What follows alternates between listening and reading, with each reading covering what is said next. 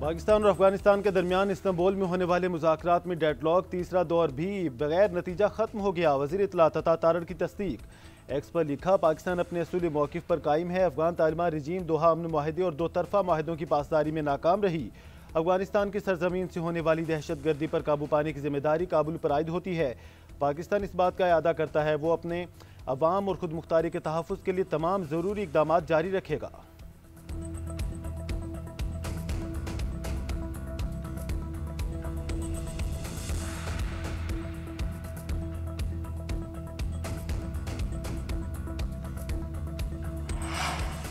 मुज़ाकरात के अगले दौर का अब कोई इम्कान नहीं। अफगान सरजमीन से पाकिस्तान पर हमला हुआ तो वैसा ही जवाब देंगे। वज़ीर दिफा ख्वाजा आसिफ का ऐलान। कहते हैं, अफगान वफ़द चाहता था उसका ज़ुबानी एतबार किया जाए जिसकी कोई गुंजाइश नहीं थी।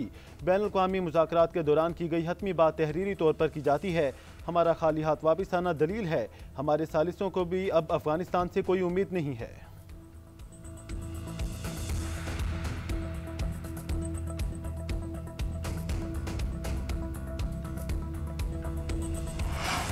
पीपल्स पार्टी का 27वीं तरमीम के 3 नुकात की हिमायत का ऐलान। आर्टिकल 243 आईनी अदालत के क़याम और जजेस के तबादलों से मुतालिक तरामीम पर राजी। सेंट्रल एग्जीक्यूटिव कमेटी इजलास के बाद बिलावल भुट्टो सरदारी की न्यूज़ कॉन्फ्रेंस। कहा, NFC अवार्ड में तब्दीली, दोहरी शहरियत, मजिस्ट्रेसी निज़ाम की बहाली और चीफ इलेक्शन कमिश्नर से मुतालिक तरामीम हमें मंजूर नहीं। बिलावल ने जजेस ट्रांसफ़र के मामले पर तब्दीली की तजवीज़ दे दी। तबादले के लिए जुडिशल कमीशन में मुतालिका हाई कोर्ट्स के चीफ जस्टिस को शामिल करने का मुतालबा। आईनी अदालत के साथ चार्टर ऑफ डेमोक्रेसी के दीगर नुकात भी शामिल करने का मुतालबा। कहा, अगर आर्टिकल 243 का नुकसान जमहूरियत को पहुंचता है तो खुद उसकी मुखालफत करते। दोहरी शहरियत और इलेक्शन कमीशन के मामलात पर पार्टी में इत्तफाक नहीं हो सका।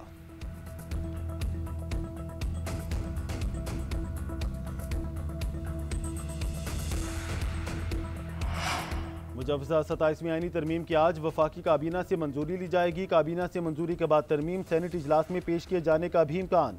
वफाकी काबीना का इजलास सुबह 10 बजे तलब कर लिया गया। वज़ीर आज़म बाकू से वीडियो लिंक के जरिए खिताब करेंगे। मुजव्वज़ा 27वीं तरमीम पर MKM और मुस्लिम लीग काफ समेत दीगर इत्तेहादी जमातें हुकूमत की हिमायत कर चुकी हैं। उधर सेनेट में अपोजिशन ने 27वीं तरमीम का मुसव्वदा मुस्तरद कर दिया। मुश्तरका एलामिया में कहा, हुक्मरान नून लीग, पीपल्स पार्टी और इत्तेहादी जमातें कानून साजी को बिलडोज कर रही हैं। आईनी तरमीम का मुसव्वदा अपोजिशन से छुपाया जा रहा है।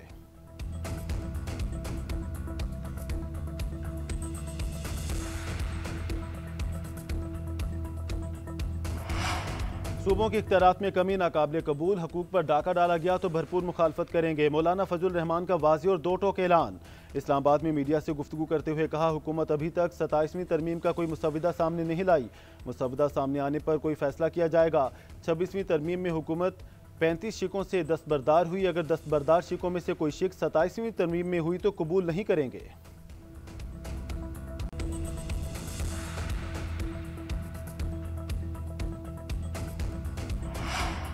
27वीं तरमीम से मुतालिक हुकूमत ने कोई ड्राफ्ट शेयर नहीं किया। जैसे ही हुकूमत की तरफ से बाज़ाब्ता ड्राफ्ट सामने आएगा, पार्टी इसका तफसीली जायजा लेगी और अपना मौक़िफ़ पेश करेगी।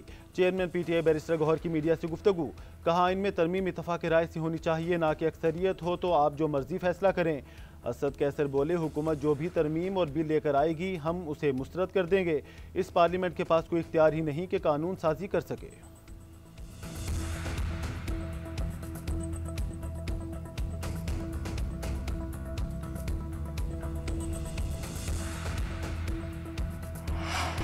सियासी और मजहबी क़यादत ने वज़ीर आला KP के सिक्योरिटी फोर्सेस से मुतालिक बयान को मुस्तरद कर दिया।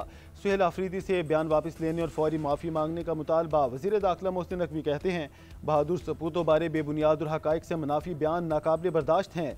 कोई भी मुहिब वतन ऐसा बयान देने के बारे में सोच भी नहीं सकता। वफाकी वज़ीर अमीर मकाम ने कहा, मसाजिद और शोहदा के तकद्दुस के नाम पर नफरत अंगेज़ी फैलाना काबिल मुज़म्मत है। कुंडी बोले, सुहेल आफरीदी ने हर्जा सराई करके अज़ली दुश्मन को खुश करने की कोशिश की।